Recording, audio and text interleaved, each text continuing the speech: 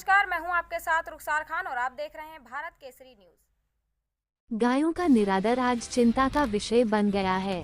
भारतीय संस्कृति में गाय को माता का स्थान दिया गया है, किंतु अपने थोड़े से स्वार्थ के लिए लोग दूसरों की भावनाओं को आहत करते हैं।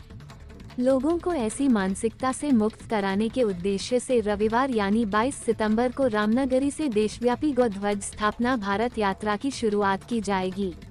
हम चाहेंगे कि लोग इस गौ ध्वज स्थापना भारत यात्रा से जुड़े और पूजनीय गौ माता को उसका गौरव व सम्मान दिलाएं। शनिवार को यह बातें शंकराचार्य स्वामी अविमुक्तेश्वरानंद सरस्वती ने कही। वे इस यात्रा के आयोजन की जानकारी साझा करने के लिए मीडिया से मुखातिब थे। उन्होंने कहा कि भारतीय संस्कृति में गाय आदि काल से ही पूजनीय रही है और इसके साथ ही आम जनमानस की ढेर सारी मान्यताएं और आस्था भी गाय से जुड़ी है। इसी आस्था और सम्मान को देखते हुए प्रभु श्री राम की नगरी से गौ ध्वज स्थापना भारत यात्रा की शुरुआत की जा रही है। ये यात्रा अयोध्या से शुरू होकर देश के सभी अंचलों तक जाएगी और देशवासियों को एक साथ जोड़ेगी।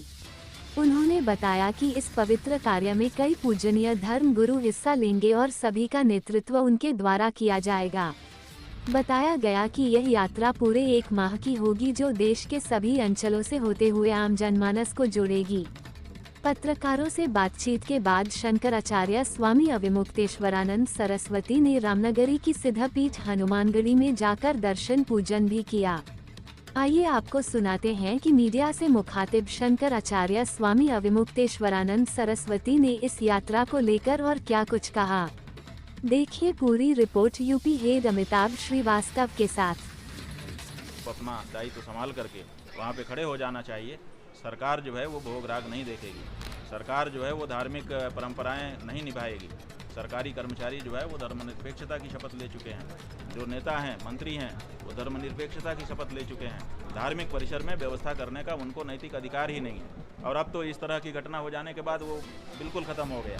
इसलिए अब ये हमारी मांग है, पूरे देश के धर्माचार्य खड़े हों और जहाँ जहाँ सरकार मंदिरों में आकर के व्यवस्था करने लग गई है, अगर उसको गले का पैसा गिनना है तो वो गिनने दो, उसमें हम ज़्यादा नहीं बोलना चाहेंगे। अभी अगर कोई व्यवहारिक व्यवस्था भौतिक व्यवस्था करनी है लोगों के आने जाने की, वो करने दो, लेकिन जो धार्मिक व्यवस्थाएं हैं पूजा की, पाठ की, राग की, भोग की, वो धर्माचार्यों के नियंत्रण में और उनकी देखरेख में ही होनी चाहिए। भाई सवाल ये है कि पूरे देश के लोग हमसे पूछ रहे हैं कि हमने भी वो लड्डू खा लिया, अब हम क्या करें, अब हम भी अपवित्र हो गए। तो हमारा यही कहना है, हमने प्रायश्चित बता दिया है कि देखिए, यत् त्वगस्तिगतं पापम देहे तिष्ठति मामके प्राशनात् पंचगव्यस्य दहत्यग्निरिवेन्धनम। हमारे यहाँ पहले से शास्त्रों ने व्यवस्था दी है कि अगर भूल चूक से कोई दोष शरीर में प्रवेश कर जाए और अस्थि में भी चला जाए, माने पहले रस, रक्त, मांस, मज्जा, मेद, अस्थि ऐसे बनता है, अगर वो हड्डी तक भी पहुंच गया है तब भी पंचगव्य में वो ताकत है।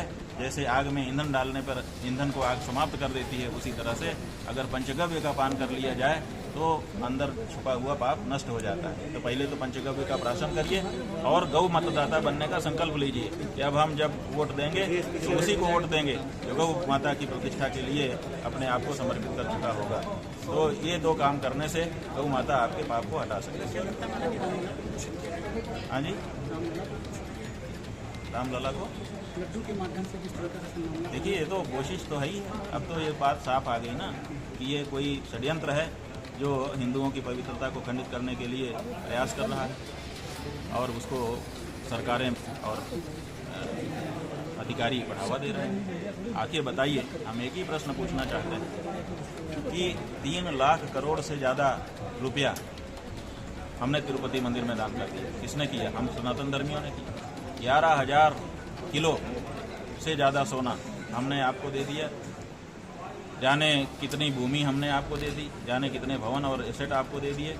ये सब क्यों दिया हमने? इसलिए कि जब भगवान का भोग बनाना हो तो आप जो है खरीद करके बाजार का घी लाओ। क्यों नहीं तिरुपति का मंदिर, क्यों नहीं वहाँ की टीटीडी अपनी गौशाला बनाती है जिसमें शुद्ध वेद लक्षणा गायें रहें? क्या कमी है आपको?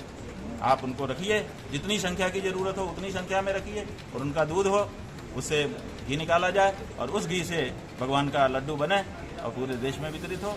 आपके पास सामर्थ्य होते हुए भी अगर आप नहीं करते हैं तो बहुत बड़ा दोष ये होता है इसलिए हमारी ये मांग है कि अब तिरुपति के खजाने को गौ रक्षा के लिए खोलना पड़े, क्योंकि हम जो गौ प्रतिष्ठा आंदोलन इस समय देश में चल रहा है, उसी के अंतर्गत गौ माता की जो चर्चा है, उस चर्चा को पूरे देश में एक रूपता प्रदान करने के लिए भारत के सभी प्रदेशों की राजधानियों में जाकर के गौ प्रतिष्ठा ध्वज की स्थापना करना चाहते हैं। और उसका जो कार्य है, ये जो यात्रा है, उस यात्रा के लिए आशीर्वाद लेने के लिए हम इस समय भगवान श्री राम की पावन जन्मभूमि अयोध्या जी आए हैं। कल प्रातःकाल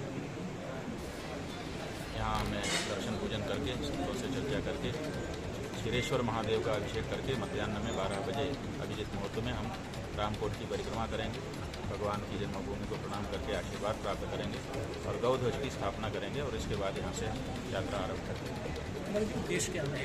उद्देश्य बताया ना कि पूरे देश में जो गाय का मामला है, हर प्रदेश में अलग अलग कानून गाय के बारे में बनाया जा रहा है। कुछ प्रदेशों में गाय के बारे में 10 साल तक की सजा का प्रावधान है, कुछ में 2 साल की, कुछ में 3 साल की, कुछ में 6 महीने की, कुछ में बिल्कुल नहीं और कुछ में तो विरोधी वातावरण।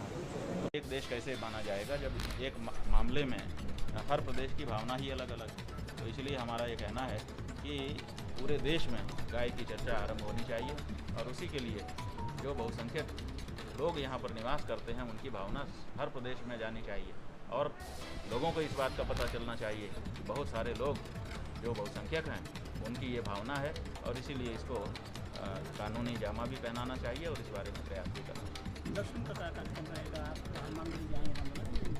हम आज सायंकाल ही 5 बजे यहाँ से रामाश्रम से निकलेंगे और पहले हनुमान जी जाएंगे, हनुमानगढ़ी में, वहाँ दर्शन करेंगे। फिर वहाँ से जो हमारे पुराने प्रेमी रहे हैं ज्ञानदास जी, वहीं पर हनुमानगढ़ी में ही वो हैं, उनका स्वास्थ्य देखेंगे। उसके बाद हम कनक भवन जाएंगे। कनक भवन वो स्थान है जहाँ पर वशिष्ठ गद्दी के जो महंत जी थे, वो कभी दर्शन करने नहीं जाते थे। लोगों ने उनसे पूछा कि आप दर्शन करने क्यों नहीं जाते?